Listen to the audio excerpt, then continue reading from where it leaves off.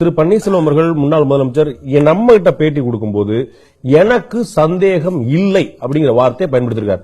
பொதுமக்கள் கேட்கிறாங்க, அதை விளக்க வேண்டிய கடமை நமக்கு இருக்கு அப்படின்னு சொல்றாரு. எனக்கு சந்தேகம் இல்லைன்றார். மக்கள் நிறைய அதை பற்றின விமர்சனங்களை சந்தேகங்களை எழுப்பிக் கொண்டே இருக்கிறார். மறுப்பதற்கு இல்ல, பொதுவெளியில் அது இருக்குது. முதலமைச்சருக்கு அந்த சந்தேகம் இருக்கிறதா? ஜெயலலிதா அவர்களுக்கு வழங்கப்பட்ட சிகிச்சையில் ஏதாவது தவறு இருக்கு அப்படின்னு எனக்கு எந்த சந்தேகம் இல்லை. மாண்புமிகு அம்மாவுடைய சிகிச்சை முறை பற்றி இருந்தாலும் மக்களுடைய ஒட்டுமொத்த கவலையையும் சந்தேகத்தையும் போக்குகின்ற பொறுப்பில் நான் இருக்கிறேன். இல்ல, என்னை பொறுத்த வரைக்கும் இதுல பொதுமக்களுடைய கருத்து என்பதை வச்சு நாங்க எங்க கருத்தை மோல்ட் பண்ணிக்கிறோம்ன்றது உங்களோட அலோகேஷன். முதல் நாள்ல இருந்து அப்படி சொல்லல.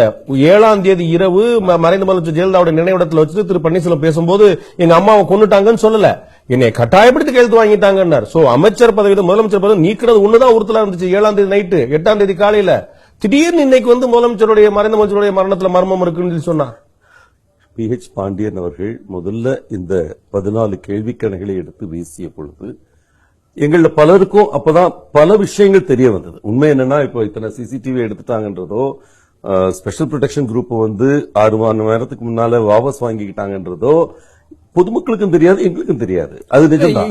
என்ன மாதிரி பொதுமக்களுக்கு தெரியாது. ஏன்னா நாங்க அந்த இடத்துல இல்ல. நீங்க கவர்மெண்ட் வந்திருக்கீங்க, முதலமைச்சர் பொறுப்பை வச்சுட்டு ஒருத்தர் இருந்திருக்கிறாரு. எங்களுக்கும் தெரியாது சொன்னா உங்கள்ட்ட தான் நாங்க ஆட்சியை கொடுத்திருந்தோமா? அமைச்சர் பாண்டியராஜனுக்கு தெரியாது, முதலமைச்சர் பன்னீர்செல்வத்துக்கு தெரியாது. இப்படி ஒரு அப்பல்லோ மருத்துவம் என்ன நடக்குன்னு முதலமைச்சருக்கே தெரியாதுன்னா அப்படிப்பட்ட நபர்கள்ட்ட தான் ஆட்சியை கொடுத்துட்டோமா?